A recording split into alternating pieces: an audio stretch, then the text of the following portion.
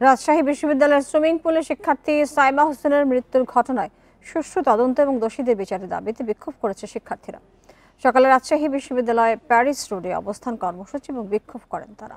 এ সময় শিক্ষার্থীরা অভিযোগ করেন, প্রশাসনের অদক্ষতা, জিমনেশিয়াম কর্তৃপক্ষের অপেশাদারিত্বের কারণে মৃত্যু হয়েছে সাইমার, কোনো আশ্বাস নয়। দোষীদের দৃষ্টান্তমূলক শাস্তি দাবি জানান শিক্ষার্থীরা। এদিকে সাইমার মৃত্যুর ঘটনায় 5 সদস্যের তদন্ত কমিটি গঠন করেছে বিশ্ববিদ্যালয় কর্তৃপক্ষ।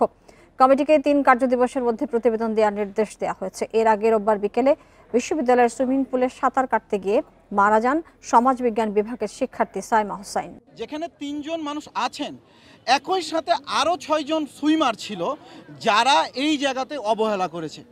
হল, সুইমিং পুল ও মেডিকেল সেন্টার এসব স্থানে সাইমা হত্যার সাথে যাদের অবহেলা যুক্ত আছে তাদের বিরুদ্ধে যথাযথ তদন্ত করে বিচার কার্যক্রম গ্রহণ করতে হবে।